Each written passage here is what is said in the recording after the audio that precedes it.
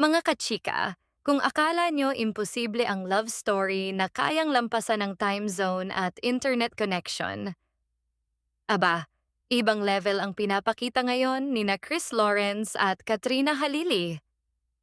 Trending ngayon ang heartfelt video na ibinahagi ni Chris sa Facebook kung saan makikita ang kanilang sweet video calls ni Katrina.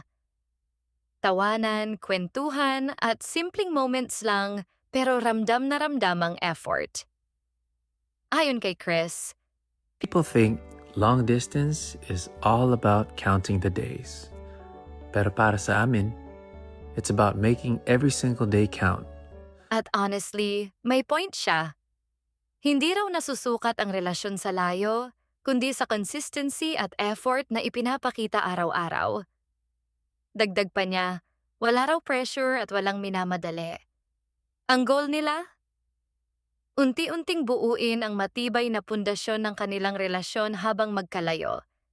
Pero ang pinakatumatak sa maraming netizens ay ang dulo ng kanyang video. Inamin ni Chris na ang pinakamalaking hiling niya ay dumating ang araw na hindi na nila kailangan ng screen para magkasama ni Katrina at ng kanilang anak na si Katie. At ang simpleng mensahe niyang, I miss you. Love, Mr. B. talaga namang nagpabaha ng kilig sa comments section. Sa panahon ngayon na maraming relasyon ang sumusubok sa long distance, mukhang pinapatunayan ni na Chris at Katrina na kapag may effort at consistency, may pag-asa talaga. Kayo, naniniwala ba kayo na kayang tumagal ang isang long distance relationship? I-comment nyo ang opinion nyo.